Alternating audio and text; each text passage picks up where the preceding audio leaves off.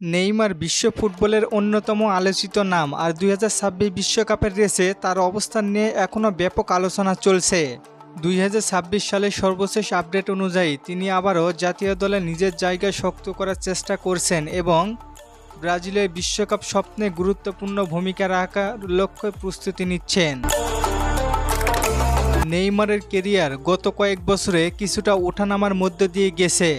Injury তার সবচেয়ে বড় প্রতিপক্ষ হয়ে দাঁড়িয়েছিল, বিশেষ করে 2023 সালে গুরুতর হাঁটুর চোটের কারণে তিনি দীর্ঘ সময় মাঠের বাইরে ছিলেন। তবে 2025 সালের শেষের দিকে তিনি পুরোপুরি ফিট হয়ে আবার ক্লাবের হয়ে খেলতে শুরু করেন। তার ফিটনেসে ফেরাটা ব্রাজিলের জন্য বড় স্বস্তির খবর। 2026 বিশ্বকাপ যা অনুষ্ঠিত হবে আমেরিকা, কানাডা এবং মেক্সিকোতে, সেখানে ব্রাজিল দল নতুনভাবে নিজেদের গড়ছে। কোচিং স্টাফ তরুণ খেলোয়াড়দের পাশাপাশি অভিজ্ঞদের গুরুত্ব দিচ্ছেন, আর সেই অভিজ্ঞতাদের তালিকায় নেইমার এখনও শীর্ষে। বর্তমানে ব্রাজিলের আক্রমণ ভাগে তরুণ তারকা যেমন ভিনিসিয়াস জুনিয়র, রাফিনহা এবং এনরিক জায়গা করে নিচ্ছেন।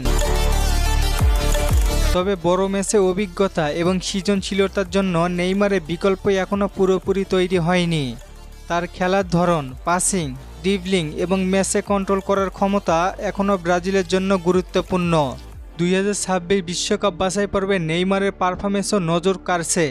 তিনি গোল করার পাশাপাশি অ্যাসিস্টও দিচ্ছেন, গুরুত্বপূর্ণ ভূমিকাও রাখছেন।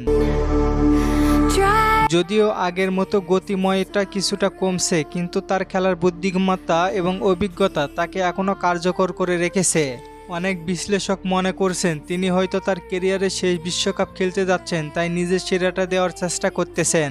একটি গুরুত্বপূর্ণ বিষয় হলো নেইমারের নেতৃত্ব। মাঠের ভিতরে ও বাইরে তিনি এখন তরুণদের গাইড করার ভূমিকা নিচ্ছেন। তার উপস্থিতি দলকে মানসিকভাবে শক্তিশালী করে। বিশ্বকাপের মতো বড় টুর্নামেন্টে এই ধরনের অভিজ্ঞতা অনেক সময় ম্যাচের ফল নির্ধারণ করিয়ে দেয়। সব কিছু মিলিয়ে বলা যায় 2026 বিশ্বকাপের রেসে নেইমার এখনও একটি গুরুত্বপূর্ণ নাম। তার ফিটনেস, ফর্ম এবং ধারাবাহিক পারফরমেন্সই নির্ধারণ করবে তিনি কতটা প্রভাব ফেলতে পারবেন। যদি তিনি ইনজুরি থেকে দূরে থাকতে পারেন, তাহলে ব্রাজিলের বিশ্বকাপ জয়ের স্বপ্ন তিনি বড় ভূমিকা রাখতে পারবেন।